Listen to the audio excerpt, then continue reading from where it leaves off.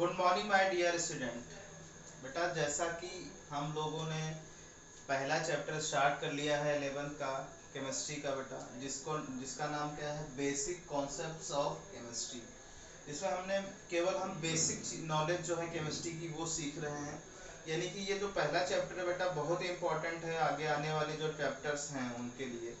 ठीक है, जो जो मैं चीज़ें बता रहा हूँ जिससे आपको 10-15 मिनट की वीडियो जो मिल रही है बेटा उनको देखो, अच्छे से कॉन्सेप्ट सीखो, देन उसके बाद जो है आगे बढ़ो। ठीक है ना, आपके पास जैसा कि मैंने बता रहा हूँ कि मैं वीडियो में ही जो है नोट्स बनवाता हूँ, आप वीडियो देखो। ठीक है, और वीडियो देखने के बाद आप नोट्स बनाओ, समझो। अगर डाउट आ रहा है तो बेटा व्हाट्सएप पे पूछो मुझसे। ठीक है, तो आज हम जो है स्टार्ट करने जा रहे हैं मैटर। कि जैसा कि मैंने बताया था बेटा कि केमिस्ट्री जो है, केमिस्ट्री क्या है, मैटर के बारे में स्टडी करना है केमिस्ट्री के बारे में।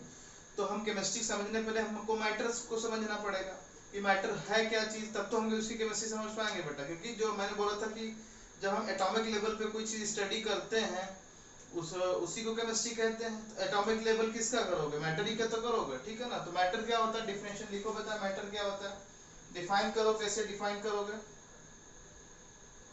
डिफाइन करो बेटा, बताओ, बोलो। एनीथिंग मतलब क्या, एनीथिंग मतलब कुछ भी, जो चीज क्या हो, anything which can occupy space and have mass is called क्या, मैटर। तो यहाँ पे लिखो एनीथिंग,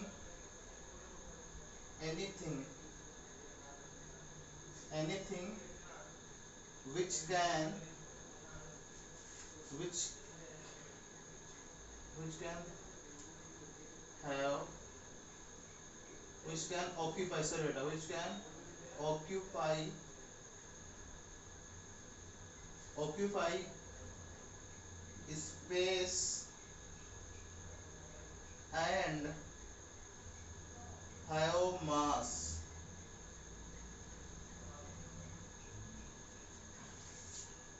और कॉल्ड क्या बेटा, मैटर। तो मैटर क्या होता है बताओ, वो कोई भी चीज जो क्या हो, जिसके पास क्या हो, वो पहले तो स्थान घेरती हो, मतलब जिसके पास जो स्पेस को ऑक्यूपाई करती हो, और दूसरी चीज क्या है, उसके पास मास हो, वो क्या कहलाता है, वो मैटर कहलाता है। जैसे तुमसे बात करें बेटा, लाइट, सनलाइट जो है, या ये ट्यूब लाइट का जो लाइट है बेटा, ये मैटर है क्या, क्योंकि ये तो पूरा अंधेरे में स्पेस ऑक्यूपाई कर रही है, कर रही क्या बोलो, दिमाग चकरा गया ना। देखो दोनों चीजें होनी चाहिए, स्पेस भी होना चाहिए और मास भी होना चाहिए। जो लाइट में बेटा मास नहीं होता है, फोटोन होते हैं बस केवल। तो मास जो है, स्पेस न तो, न स्पेस भी नहीं है, ना तो क्या है बेटा, मास लाइट के अंदर। ठीक है ना, तो वो मैटर वो चीज है बेटा जो क्या हो, स्पेस ऑक्यूपाई करते हैं और उसके पास मास हो। ठीक है, जैसे हम यहाँ पे खड़े हैं बेटा, तो हम क्या कर रहे हैं, इस रूम की इतनी जगह घेरे हैं कि नहीं घेरे हैं, बोलो, बात समझ रहे हो, और मास भी है, यानी कि हम लोग क्या है, मैटर है। ठीक है ना, तो जो भी चीज जिसके पास क्या हो, स्पेस हो और क्या हो, मास हो, तो वो चीज क्या कहलाएगी, वो चीज मैटर कहलाएगी। ठीक है ना, एंड मैटर बेटा कितने फॉर्म में मिलता है बेटा, यहाँ पे लिख लो, and matter is found in three state, three state. ठीक है, कौन कौन सी स्टेट होती है बेटा, सॉलिड, लिक्विड और गैस। एक होता है सुपर कूल लिक्विड, एक होता है बोस आइंस्टाइन। ठीक है ना, तो उसके बारे में आपको नहीं पढ़ना बेटा, वो तो दो चीज जो नहीं है, पांच जैसे मैटर 5 स्टेट में मिलता है, लेकिन आपको उसको कंसीडर नहीं करना उन दोनों को। ठीक है ना, एक तो बेसिकली किसके बारे में स्टडी आपको करना है बेटा, पहली सॉलिड, दूसरी लिक्विड, तीसरी गैस। तो जो है स्टेट ऑफ मैटर कितने स्टेट में मिलेगी, स्टेट ऑफ मैटर किस किस में स्टेट में मिलता है बेटा, बताओ, बोलो, किस किस स्टेट में मिलेगा, solid,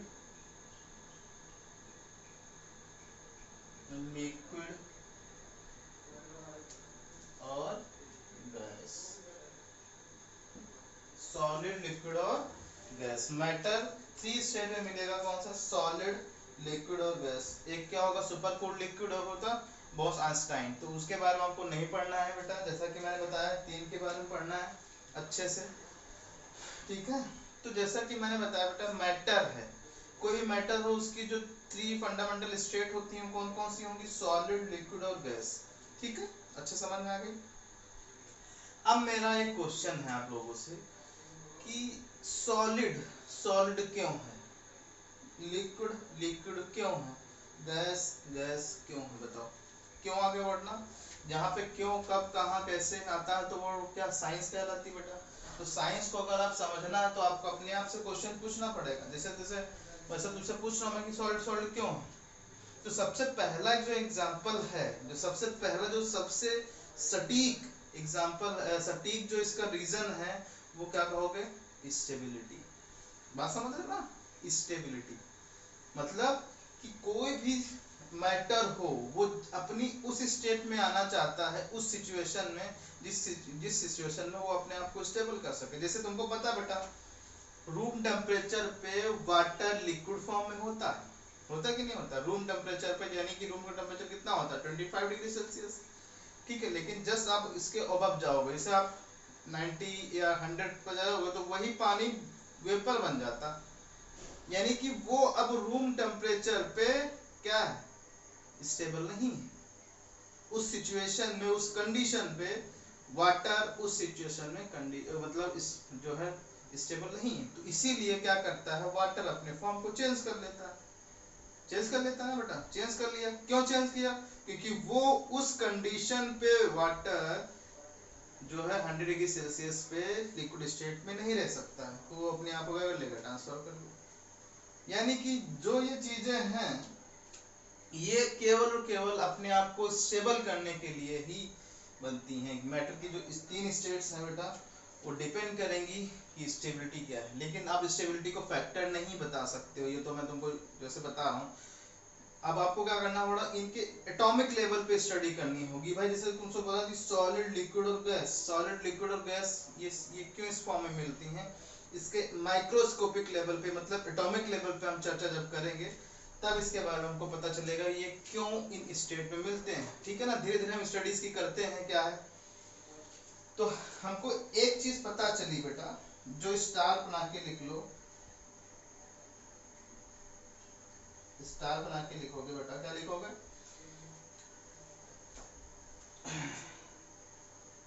matter found in 3 state depend upon 2 opposite tendency.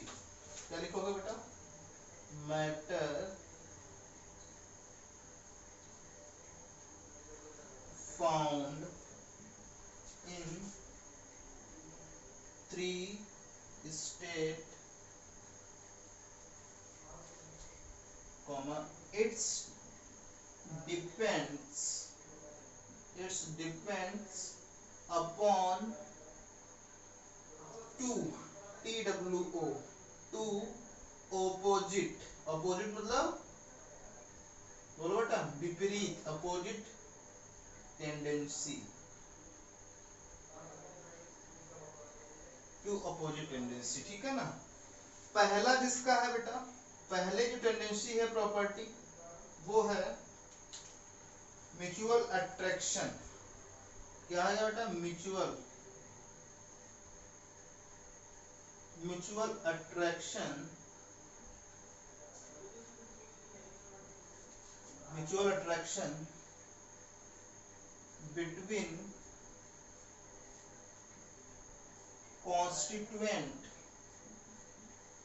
constituent particle. मतलब समझे? Mutual attraction between constituent particle. अब कॉन्स्टिट्यूएंट मतलब क्या होता है ये आपको समझना है। वर्ड कॉन्स्टिट्यूएंट मतलब क्या होता है कि कोई मैटर किन चीजों से मिलके बना है उसको कॉन्स्टिट्यूएंट पार्टिकल पता है। मतलब जिस चीज से वो मिलके बना है, जैसे मैं तुमसे बोलूं कि बताओ कार्बन डाइऑक्साइड किससे मिलके बनी? CO2 से मिलके बनी, तो इसके कॉन्स्टिट्यूएंट पार्टिकल क्या? CO2 हुआ। बात समझ रहे हो? CO2 यस, कार्बन और ऑक्सीजन हुए। अमोनिया गैस NH3 होती है बेटा, इसके कॉन्स्टिट्यूएंट पार्टिकल क्या हो गए? NH3 हो गया, ठीक है ना। NH3 में नाइट्रोजन है, हाइड्रोजन है, यानी किसी भी मैटर का 3 स्टेट में मिलना ये डिपेंड करता है 2 अपोजिट टेंडेंसी पे। पहला है mutual attraction between constituent particle, मतलब जो मैटर जिस वस्तु से मिलके बना है उसके उन पार्टिकल के अट्रैक्शन फोर्स पे Ma लिखे दे रहे हैं हम बेटा, ठीक है। और दूसरी जो प्रॉपर्टी है वो ये है escaping टेंडेंसी, ठीक है। escaping मतलब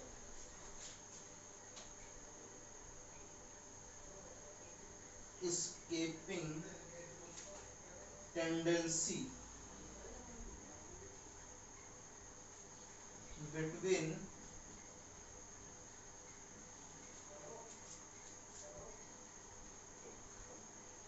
constituent particle।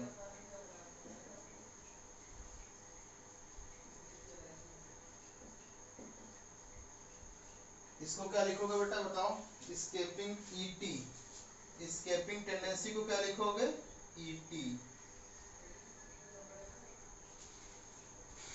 मतलब समझे कि जो 3 स्टेट में मैटर मिल रहा वो 2 अपोजिट टेंडेंसी पे डिपेंड कर रहा है, एक तो अट्रैक्शन फोर्स, एक छोड़ के जाने वाली चीजें।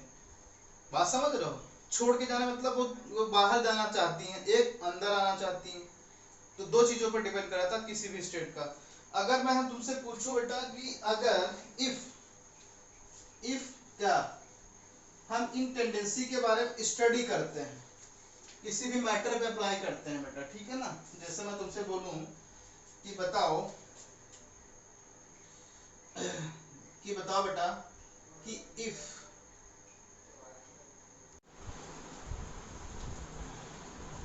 सॉरी बेटा थोड़ा सा डिस्टरबेंस हो गया उसके लिए सॉरी, ठीक है। तो यहाँ पे देखो मैंने क्या बताया था कि किसी भी मैटर का जो 3 स्टेट में मिलना होता है बेटा वो 2 स्टेट पे डिपेंड करता है। कौन कौन सी, एक mutual attraction between constituent particle, दूसरा escaping tendency between constituent particle, मतलब एक तो अट्रैक्शन की, एक बाहर दूर जाने की, ठीक है ना। तो अगर हम कंडीशन रख रहे हैं बेटा, अगर हम तुमसे बोल रहे हैं कि बताओ अगर हम mutual attraction Ma greater than कर दे बेटा एस्केपिंग टेंडेंसी, तो मैटर किस स्टेट में मिलेगा बताओ। मतलब म्यूचुअल अट्रैक्शन बहुत ज्यादा हाई, ठीक है, म्यूचुअल अट्रैक्शन बहुत ज्यादा हाई है एज कंपेयर टू क्या बेटा एस्केपिंग टेंडेंसी से। तो अब क्या बताओगे बताओ, बोलो क्या बताओगे। वो हो जाएगी कौन सी, बोलो बेटा, वो हो जाएगी मैटर फाउंड इन, बोलो फाउंड इन सॉलिड स्टेट। क्योंकि तुमको पता है कि भाई अट्रैक्शन फोर्स ज्यादा है कांस्टेंट पार्टिकल के बीच एज कंपेयर टू उनसे दूर जाने वाले पार्टिकल के रिस्पेक्ट में। तो मैटर किसमें फाउंड मिलेगा बेटा, बोलो वो सॉलिड स्टेट मिलेगा। नंबर 2, अगर हम क्या करें म्यूचुअल अट्रैक्शन इक्वल कर दे किसके बराबर, एस्केपिंग टेंडेंसी से इक्वल, दोनों चीजें इक्वल है, एक म्यूचुअल अट्रैक्शन और एस्केपिंग दोनों इक्वल है, तो मैटर किस में मिलेगा बेटा बताओ। मैटर फाउंड इन, बताओ बेटा, liquid state, matter found in liquid state, ठीक है ना। लिक्विड फॉर्म लिख दो बेटा, यहाँ पे सॉलिड फॉर्म होगा और ये क्या हो जाएगी लिक्विड फॉर्म, ठीक है। बात समझ आए। थर्ड क्या होगी,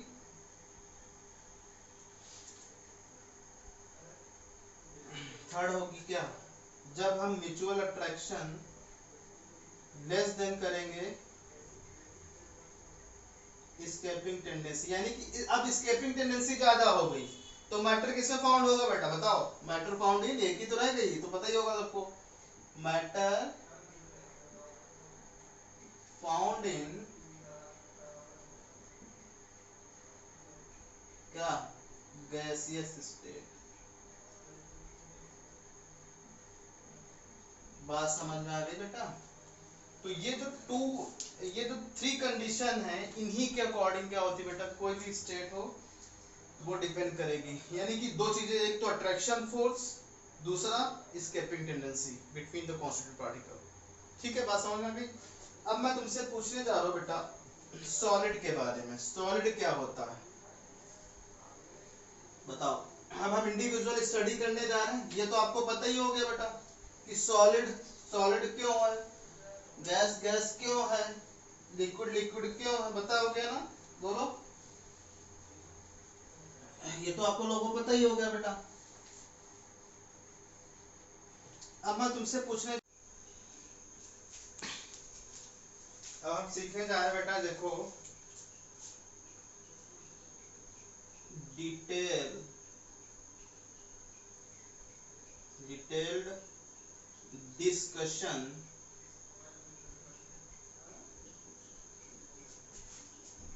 ऑन सॉलिड ऑफ सॉलिड।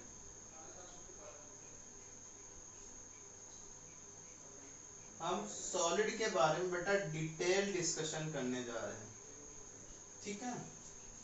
चलो, तो अगर मैं तुमसे पूछूं कि सॉलिड क्या होता है, बताओ बताओ बेटा, सॉलिड क्या होता है, बोलो। तुमको पता है बेटा कि सॉलिड का मास डिफरेंट होगा, नहीं, शेप और वॉल्यूम क्या होता है, डेफिनेट होता है। जबकि लिक्विड का शेप डिफरेंट नहीं होता है, और क्या बोलते हैं लिक्विड का बेटा शेप और वॉल्यूम कौन सा डिफरेंट होता है, कौन सा डिफरेंट होता है बताओ। वॉल्यूम क्या होता है, वॉल्यूम तो डिफरेंट होता है बट शेप इनडेफिनेट होता है, यानी जिस शेप में आप रखोगे लिक्विड इस शेप में हो जाएगा। जबकि गैस गैस में दोनों इनडेफिनेट होते हैं।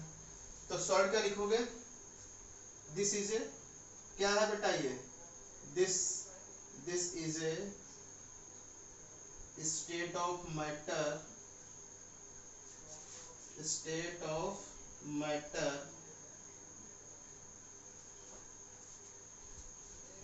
in which state of matter and this this is have क्या बेटा, definite definite volume, definite shape and क्या, definite volume। ठीक है ना। सॉलिड क्या है, matter, state of matter, and this is have definite shape, S H आएगा बेटा, ठीक है ना, S H A P E, shape, definite shape and definite volume. मतलब इसका जो शेप यानी जिसका आकार है और इसका वॉल्यूम डिफरेंट होता है, ठीक है ना। जैसे कि मान लो कि ये क्या है, एक मान लो ये ब्लॉक है बेटा, ठीक है ना, सॉलिड ब्लॉक है जिसके अंदर कॉन्स्टिट्यूएंट पार्टिकल जो होंगे वो क्या होंगे, क्लोजली पैक्ड होंगे, ठीक है, इस तरीके से।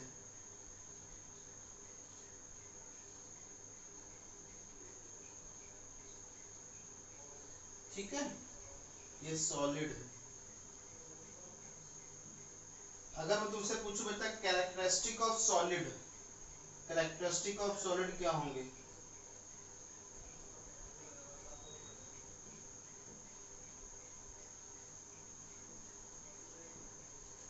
बताओ। कैरेक्टरिस्टिक ऑफ सॉलिड, पहला नंबर, सॉलिड कैरेक्टरिस्टिक क्या होंगी, बता सकते हो बेटा। ये क्या होते हैं, ये इनके जो कॉन्स्टिट्यूएंट पार्टिकल होते हैं बेटा वो कैसे होते हैं, क्लोजली पैक्ड होते हैं। तो यहाँ पे लिख लो, their constituent particle are closely closely packed, बात समझ रहे हो? मतलब क्लोज्डली पैक्ड मतलब इनके इनका स्पेस नहीं रहता है, मतलब समझ रहे हो कि वैसे ये सॉलिड है बेटा, जैसे ये मार्कर है बेटा, ठीक है ना। अब इसको हम दबा रहे, दब नहीं रहा, ठीक है। ये क्यों नहीं दब रहा? क्योंकि इसके अंदर इसके जो पार्टिकल है बेटा, इनके पार्टिकलों के बीच कोई स्पेस ही नहीं रहा। जब स्पेस नहीं रहा तो क्या होगा बेटा, बोलो?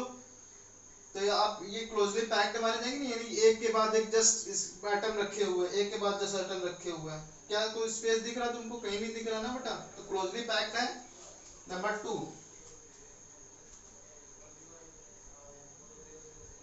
इसको इनको दबा सकते हो क्या? दिस इज, बोलो, कंप्रेसिबल होते हैं क्या? दे आर नॉट कंप्रेसिबल, या दे हैव क्या, they have very low compressibility factor, compressible या नॉन, यहाँ पे ये आप लिख सकते हो और करके बेटा, ये और करके, और नॉन कंप्रेसिबल, नॉन कंप्रेसिबल मतलब इनको आप क्या कर सकते हो, इनको कंप्रेस नहीं कर सकते हो, ठीक है। इनके बीच जो कांस्टेंट पार्टिकल है बेटा, उनकी जो काइनेटिक एनर्जी होती है, मतलब भाग, काइनेटिक समझ रहे हो? काइनेटिक मतलब क्या, वेग, ये उसमें वेलोसिटी होनी चाहिए। उनके जो कांस्टेंट पार्टिकल होते हैं उनके काइनेटिक एनर्जी क्या होती है? जीरो होती है, यानी कि the constant particle, the kinetic energy of, the kinetic energy of constituent particles ke kinetic energy equal to 0, ठीक है ना। के क्या होगी? 0 होगी, ठीक है। और बता सकते हो कि कैरेक्टरिस्टिक क्या होते हैं बेटा? जब काइनेटिक एनर्जी वेरी 0 होगी तो पोटेंशियल एनर्जी क्या होगी बेटा? बहुत हाई होगी। तो क्या लिखोगे? तो द पोटेंशियल एनर्जी, पोटेंशियल समझते हो? स्थिर होने की, potential energy of constituent particle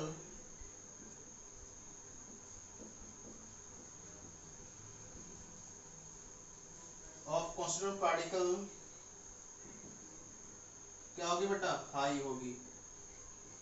और क्या बता सकते हो? 5th point, they are rigid, rigid मतलब कठोर होते हैं, दे आर रिजिड, या इसको हार्ड भी बोल सकते हो, हार्ड, हार्ड होते हैं, ठीक है। नंबर 6 पॉइंट, ये फ्लोवेबल होते हैं क्या? फ्लूइडिटी होती है इनके, फ्लूइड मतलब बहने की क्षमता। जैसे कोई सॉलिड है बेटा, सॉलिड यहाँ रखा है, ऐसा तो है नहीं कि वो 2 दिन के बाद वो कहीं और मिलेगा, यही रखा रहेगा ना बेटा। फ्लूइडिटी मतलब बहने की क्षमता। जैसे हवा है बेटा, हवा बहती है, ठीक है ना। पानी है, पानी बहता है, बट सॉलिड नहीं बहता ना।